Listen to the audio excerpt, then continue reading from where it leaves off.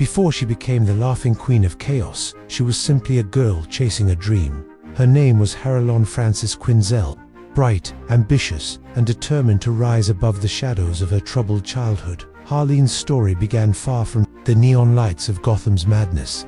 But as with many who eventually fall into Gotham's abyss, her fate was written the moment she stepped too close to its heart. Harleen's early life was anything but stable. Born in Brooklyn, she grew up in an environment filled with neglect and fractured love. Her father, a small-time criminal, came in and out of her life, often leaving scars deeper than any physical wound. Her mother was distant, too overwhelmed by life to nurture the fragile girl before her. From a young age, Harley learned to wear masks not of paint, but of personality. She became skilled at being who people wanted her to be, hiding her pain beneath forced smiles and a sharp wit. But beneath this mask burned a fire. Harley excelled academically, particularly in psychology. She wasn't just fascinated by the human mind, she was obsessed with it. Why people broke, why people lied, why people loved things that destroyed them. Her brilliance earned her a scholarship to Gotham University, where she dove headfirst into her studies. To her professors, she was one of the most promising students of her generation. To her classmates, she was ambitious, eccentric, and just a little unpredictable. It was during these years that Harley began formulating her theories about the blurred line between sanity and madness. She believed that under the right circumstances, anyone could be broken or unleashed. She saw the mind not as fragile, but as flexible, stretchable to its breaking point. These theories would later become the foundation for both her rise and her fall. After graduation, Harley earned an internship at Arkham Asylum, the infamous institution that housed Gotham's most dangerous criminals. For Harley, it was a dream come true. Here was the ultimate laboratory for the human mind. Here, she would study the broken, the deranged, the monstrous. But what she didn't know was that Arkham didn't just contain madness, it spread it like a virus. It infected all who stayed too long. At first, Harley approached her work with professional detachment. She interviewed killers, thieves, and psychopaths, documenting their disorders with a clinical eye. But as days turned into weeks, the weight of Arkham began to press against her. The screams in the night, the laughter echoing through the halls, the way the walls themselves seemed to whisper secrets. It was as if the asylum fed on her curiosity. And then she met him, the Joker, the clown prince of crime. To the guards and doctors, he was just another monster in a cage. But to Harley, he was something more. In him, she saw not just madness, but brilliance. Beneath the painted smile and theatrical cruelty, she believed there was a tragic man, misunderstood and imprisoned by a world that didn't see his genius. At first, it was just professional interest. She requested to be assigned as his psychiatrist. She wanted to crack the enigma, to prove that her theories about the mind were true. But slowly, the lines blurred. The Joker didn't just answer her questions, he played with her. He told her stories, whispered secrets, and reflected back her own hidden fears and desires. He saw through her masks. And for the first time in her life, someone made Harley feel seen. Night after night, she returned to his cell. At first to study him, then to comfort him, and eventually, to love him. The transformation was subtle but inevitable.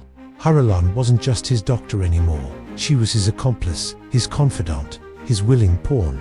The Joker planted the seeds, but Harley watered them herself. She began smuggling in small things for him: candy, playing cards, even weapons. She rationalized it as part of her therapy, a way to build trust. But in truth, she was already ensnared. The once promising doctor was crumbling.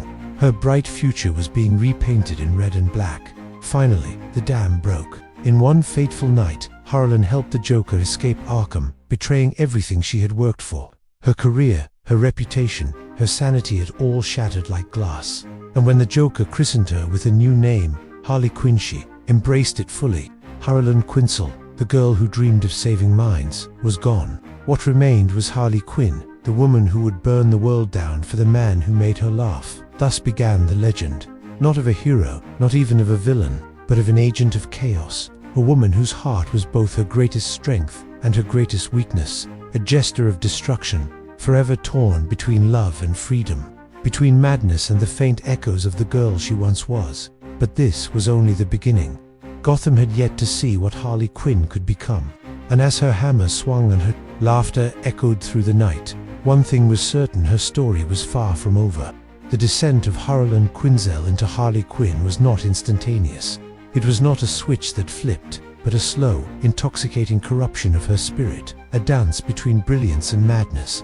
Within the walls of Arkham Asylum, Harley found herself both captivated and consumed by the enigma of the Joker. She told herself she was there to study him, to heal him, to prove her theories about rehabilitation. But in truth, she had become another victim of his chaotic gravity. The Joker spun tales like spider silk, each word weaving its way into her mind. He spoke of abuse, of betrayal, of a world that had wronged him. He painted himself not as a monster, but as a man misunderstood. Harley, who had dedicated her life to peeling back the layers of the human psyche, found herself sympathizing with him, drawn deeper into the labyrinth of his lies. The more time she spent in his presence, the more his laughter infected her, eroding the boundaries of her sanity. Late nights in Arkham's sterile halls became clandestine conversations, stolen moments of dangerous intimacy. Harley began to see the Joker not as a patient, but as a kindred spirit. She brought him comforts, she bent rules, she allowed herself to become entangled, and the Joker, ever the manipulator, encouraged it. He whispered to her, told her she was different, special, someone who understood him like no one else ever had. It was a seduction not of the body, but of the mind. And then came the breaking point. Harley smuggled in contraband, weapons, tools, anything the Joker asked of her. Each act chipped away at the woman she had once been, replacing her with something new. When he finally made his escape, she was not horrified, she was exhilarated. She had chosen her side, and there would be no going back. The world first saw her transformation when she re-emerged, clad not in the professional attire of Dr. Quinzel, but in the playful, deranged costume of Harley Quinn. Red and black, diamonds and jesters, bells. Her new identity was a parody of joy, a carnival mask hiding the depths of her corruption.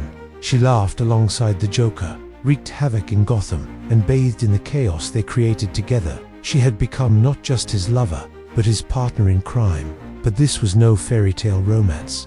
Their relationship was as toxic as the chemicals that had bleached his skin. The Joker's affection was conditional, manipulative, cruel. He alternated between adoration and abuse, between treating Harley as his queen and discarding her like a broken toy. And yet, she always came back. The cycle of love and violence, of obsession and rejection, became the rhythm of her life. Still, even in her darkest moments, Harley retained something the Joker could never fully erase: her independence, her spark of individuality. Though she lived in his shadow, though she carried out his schemes, she was never merely an extension of him. Harley Quinn was wild, unpredictable, and uniquely her own. Her humor, her wit, her audacity, these made her stand apart, even when bound by the Joker's chains. As Gotham came to know her name, Harley Quinn became more than just a sidekick. She was a symbol of chaos in her own right, a figure who blurred the line between victim and villain. To some, she was a tragic tale of a brilliant woman undone by love. To others, she was proof of the infectious nature of madness, a warning of how easily the mind could unravel. But to Harley herself, it was simple. Life with the Joker was fun. Dangerous, bloody, horrifying, but fun. The legend of Harley Quinn had begun. Harley Quinzel had crossed the point of no return.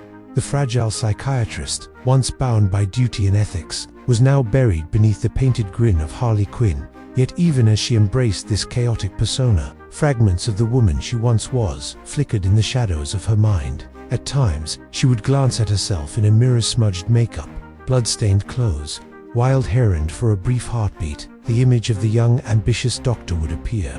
But the Joker's voice, venomous and intoxicating, always drowned out that whisper of doubt. "You're nothing without me, Harley. Nothing." Her life beside him was a carnival of brutality.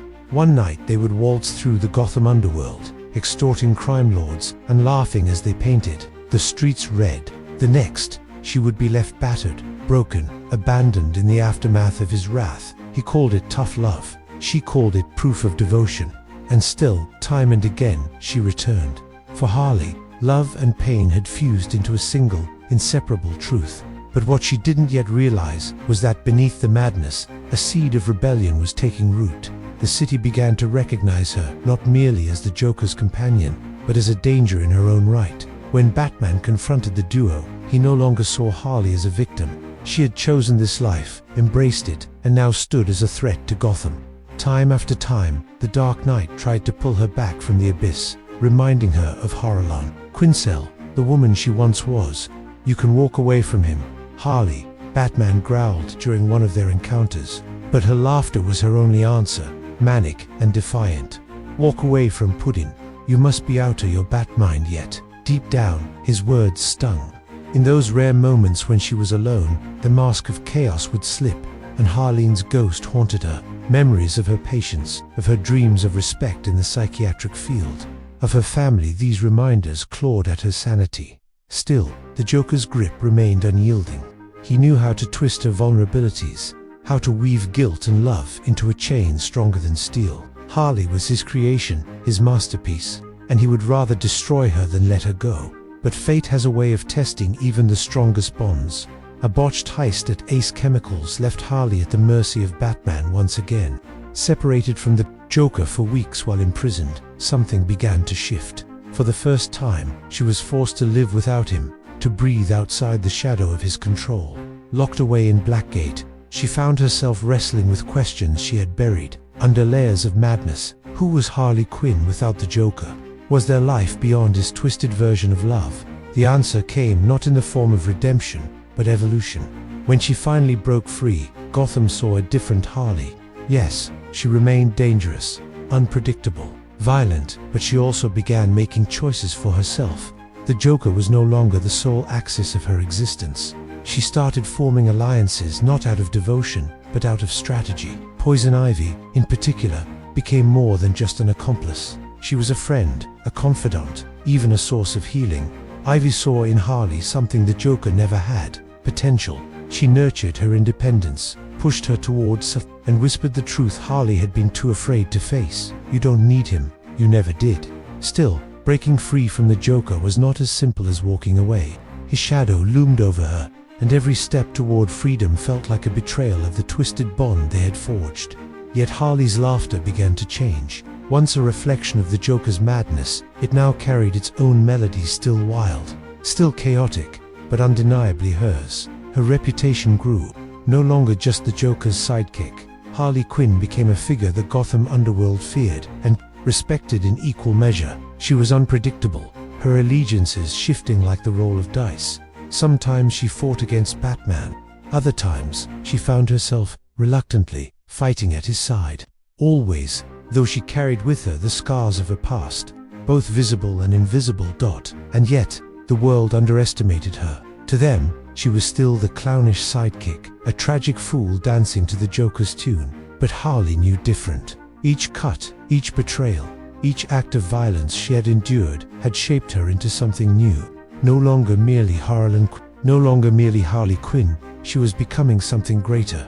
The storm within her raged, a war between devotion and independence, love and survival, chaos and purpose. And in that war, Harley Quinn began to realize a truth that would define the rest of her story. She was not just a product of the Joker's madness. She was her own kind of madness, fierce, unchained, and unstoppable. Harley Quinn had always lived in the shadow of others. First, in the shadow of her own ambitions, as Harley Quinn, the brilliant psychiatrist who believed she could fix the broken. Then, in the shadow of the Joker, where her identity was stripped, twisted, and painted over in colors of chaos. But now, after years of suffering, heartbreak, and reinvention, Harley had begun to carve a place for herself, not as someone's sidekick, not as someone's victim, but as a chaotic force of nature entirely her own. Freedom, for Harley, was not a straight path. It was jagged, messy, and full of contradictions. She craved chaos, but she also sought belonging. She laughed at destruction, but she fought with all her heart for those she cared about. Gotham had learned to fear her, but the world began to see something different. A woman who was not defined by her tormentor, but by her refusal to stay broken. Her path often crossed with unlikely allies. Poison Ivy became more than just a partner in crime.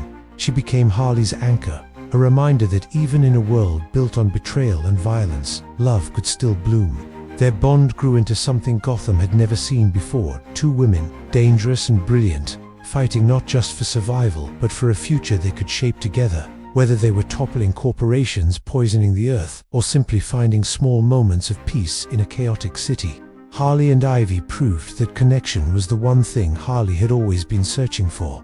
Yet, Harley's past never truly released her. The Joker lingered like a shadow she could never fully escape.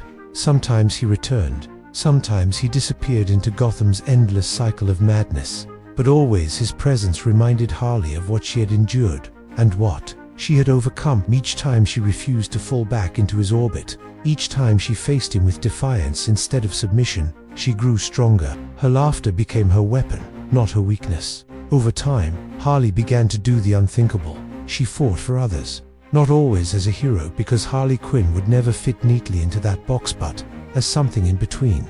She saved lives, in her own twisted ways, toppled crime lords far worse than herself, and even stood alongside unlikely allies like Batman when Gotham faced threats too big for rivalry to matter. The line between villain and hero blurred in Harley's story, but that was the essence of who she had become. She was unpredictable, uncontainable, and unwilling to be defined by anyone else's rules. And yet, her chaos wasn't without meaning. Deep down, Harley sought justice, though not in the same way as Batman or Superman. Her justice was personal, raw, and often fueled by vengeance against abusers, manipulators, and those who preyed on the weak. The very same system that had failed her as Harley Quinn was the system she chose to mock, dismantle, and sometimes defend, because no one understood the cracks in Gotham's foundations better than Harley Quinn. The world outside Gotham began to notice her. Task Force X, the Suicide Squad, recruited Harley more than once, pulling her into missions where her madness became an asset. Explosives, infiltration, manipulation. Harley thrived in chaos, and for once, the government found her unpredictable nature useful. But even among killers and mercenaries, Harley stood out. She wasn't just a weapon, she was a survivor who laughed in the face of death itself. Time and again, when others fell, Harley found a way to crawl out of the rubble. Bloodied but laughing, determined not to let the world break her spirit again, Harley Quinn became a paradox, a clown of chaos who also inspired those around her, a villain who sometimes acted like a hero, a survivor who turned trauma into twisted empowerment, and through it all, she remained unapologetically herself. Gotham could never decide whether to fear her or admire her, and Harley loved it that way. In her own words, she was a work in progress, someone who had been shattered and reassembled so many times that the cracks became part of her beauty. Harley knew she would never be normal, never fit into society's mold, and she didn't want to. She embraced the madness that made her unique, turning pain into laughter, tragedy into performance, and heartbreak into chaos. Her story was not one of redemption in the traditional sense, it was a story of liberation. Harley Quinn didn't need to be forgiven by Gotham, or even by herself. She had chosen to live free, to define her own rules, and to laugh at the world that once tried to cage her.